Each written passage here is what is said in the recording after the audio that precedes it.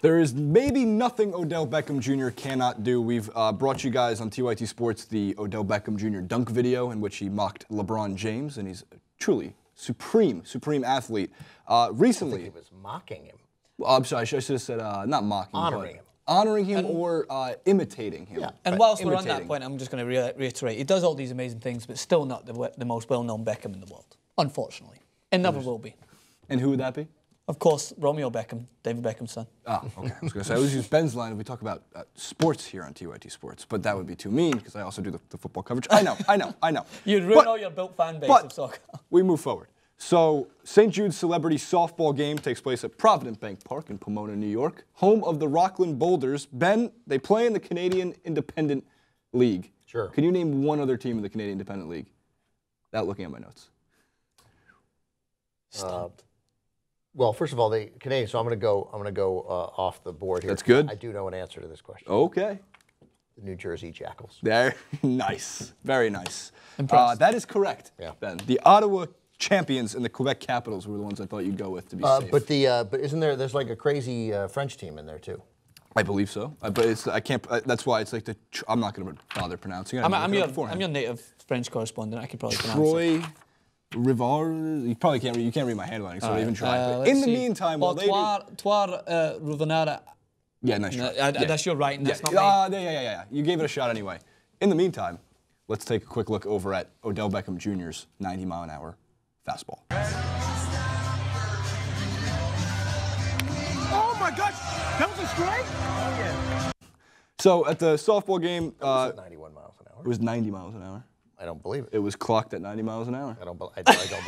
It was, so you're going to argue with the radar gun? I'm going to argue with whoever read the radar gun. The frames, first of all, it's not the most high-definition video. The best. Can we see it again? Can we Let's see it again. Oh my gosh, that was a strike? Oh yeah. That's pretty damn close to a 90-mile-an-hour fastball. 83. 83? Not 91 miles an hour. We're going to go with the 75-year-olds? I mean, by the way, suppose Are your glasses? Just suppose it is 83. It's great. Right? It's still pretty good. It's amazing. Well, Right? You know, I think it's amazing that he threw it for a strike. He threw it for a strike. He knew what he was getting. Totally. Here we go. We get it one more time. Here we go. This was also Steve Weatherford and Prince Amukamara of the Giants took this video. Yeah, I'm not buying it. Not buying it. No, buying it, you're gonna call it out for 7 miles per hour.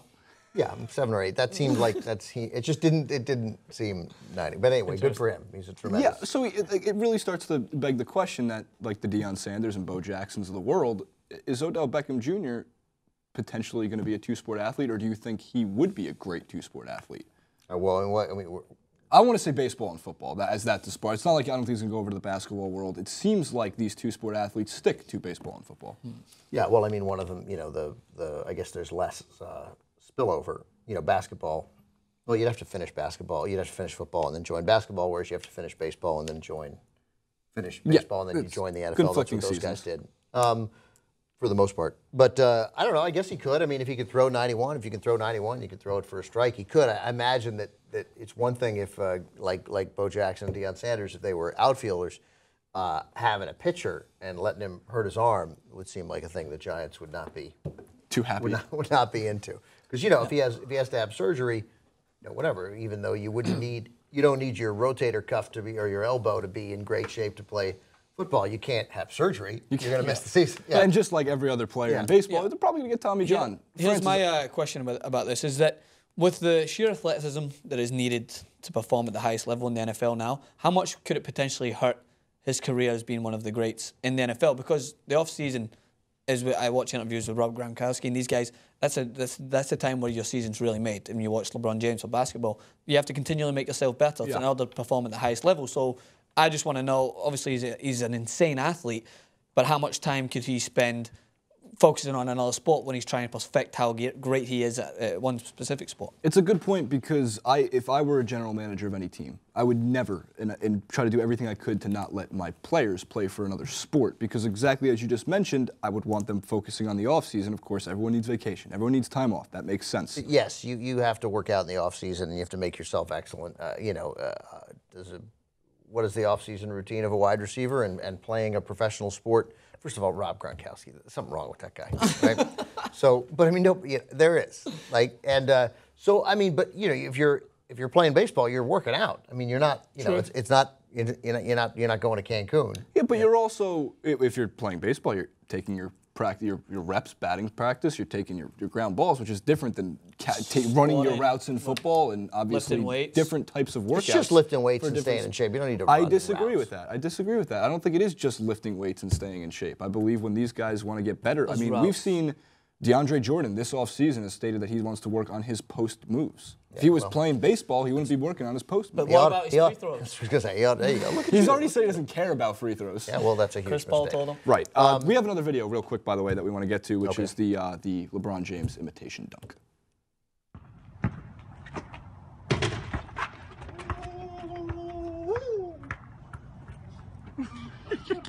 Play set of stairs. Yeah, that You know what I mean? Because walk it's just off. like The walk off, off you is could just great. walk away. I'm like still a Flipper very Anderson. impressed by how much air he gets for a 6-foot-tall You know who guy. Flipper Anderson is? I do, Anderson? I do not know who Flipper Anderson is. He's a wide receiver for the Rams, pretty good. And he, in a playoff game, caught a, I don't know, 70-yard touchdown pass, I think, from Jim Everett at Giant Stadium to eliminate the Giants from the playoffs. And he catches the, you know, and it's as soon as you score, it's over back then, right? So they score, and even now, if you score, it's over. So he scores the touchdown to win, and just kept going.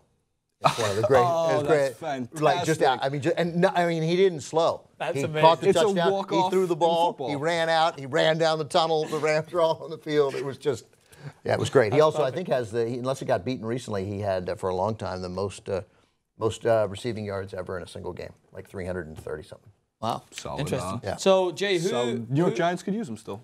Who's some of the athletes that you know that have, I mean, we just mentioned a couple there, but there's some athletes that have had the option, I believe, to have played both. I mean, I know one that I know from a soccer standpoint. Everyone tells me that Steve Nash could have played Division I soccer, and you see his talents. I think one time he keeped up the basketball on the field, and I was like, well It's that not, guy's just got moves. it's not just so much that when you even see it. That's how he'll kick it up to the ref sometimes, which is always a nice little treat in the middle of a basketball game. But he just had his charity event in New York City, in which him and Dirk and a few other of his friends play with the kids on the soccer fields in New York, and usually Manhattan. And you watch him play, and at least from what I observed, could he play in the Premier League? Would he be starting 11 for Chelsea? If he trained, if he trained, basketball, maybe. You never know. Is he potentially a great soccer player? Sure. If he were to focus all that talent and athleticism that he had in the NBA and put it towards soccer, world football, then yeah, absolutely. Who are we talking to? We were talking to Greg Lalash, right? Who said he's like a point guard on the field as well because he plays in a league. Because it's court vision, and that's something that would translate to the world of football. As you say, people like Lionel Messi are always 2, 3, 4 steps ahead of their opponents. He'd be a great quarterback. Steve Nash, as a point guard, one of the best point guards in NBA history, was always steps and court, like his vision aside, was way ahead of everybody else. He saw plays develop before they happened. Yeah, and this is an argument that people have with me here when they talk about how much of an athlete LeBron James is, that he could walk into an NFL team. He'd be a great tight end. He'd be a great tight end. What do you think? Is that just something that people use to elaborate on how amazing he is as an athlete? But we don't know. I mean, it's just a particular skill set. There are a lot of great athletes who couldn't play in the NFL. I wouldn't bet against him, but I mean, you can't just start now. That's what I'm saying. You know, I mean, you see how hard it was for Michael Jordan. Yeah. Which, as we've discussed before, it's pretty amazing to not have really played baseball and get into AA and hit 200. Right. You know, I mean, it's amazing. He knew what he was doing. But, you know, we forget that, guys who've done it, Bo Jackson and Deion Sanders are the most famous, the most recent ones. But Dave DeBusschere did it, former general manager of the Knicks, former Knicks. He was pretty good. He played, I think, a couple of seasons with the White Sox as a pitcher with moderate effectiveness. that was interesting, too, because he played as a pitcher. It wasn't just... That's right. Most of these guys play outfield. Right, they play something else. You definitely, Dick Groat did it. It was a great shortstop for the Pirates for many years. And Danny Ainge. Did he really? Danny Ainge played for the Blue Jays. Interesting. So with your point there about being a pitcher with... And there are others, too. Oh, Chuck Connors, the actor, Chuck Connors, the rifleman.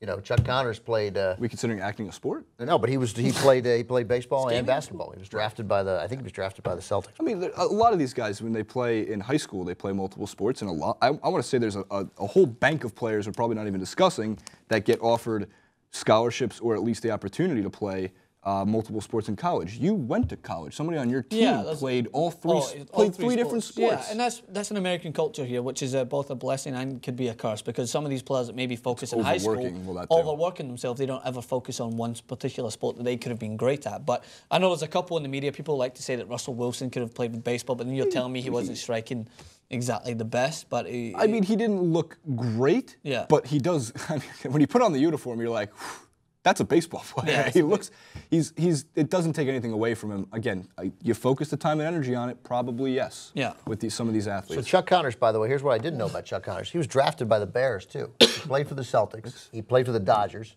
and the Cubs. He was drafted by the Bears. He played the NBA in Major League Baseball, drafted by the Bears, never suited up. Here's a Wikipedia. During warm-ups at the first ever Boston Celtics game in 1946, at the Boston Arena, Connors took a shot that caught the front of the rim and shattered an improperly installed glass backboard. Yeah, that's his contribution. There you go. That's his claim to fame. But drafted by all three. It's amazing. It is amazing. That is incredible. There you have it. Some of these athletes. I've only been drafted by one. And who is that? It was NBA. NBA. Nice. Yeah, but back when the draft was longer, I was a 6th round pick. I always took you as the Harlem Globetrotters type. Do you remember when the draft was longer? Were you around for any of that? What was 6 rounds, 7 rounds? I used to be like 15 rounds. But was I around for that? I think technically I was around. I don't know if I have any memory. Yeah. So it was a younger time. Yeah.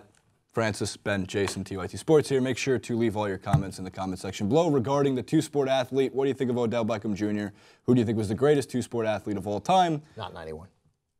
I would say about 82, now that I think about it. Not 91, 82, 83. Agree or disagree with Ben? That's always a fun one. Again, subscribe, comment below. We'll see you next time.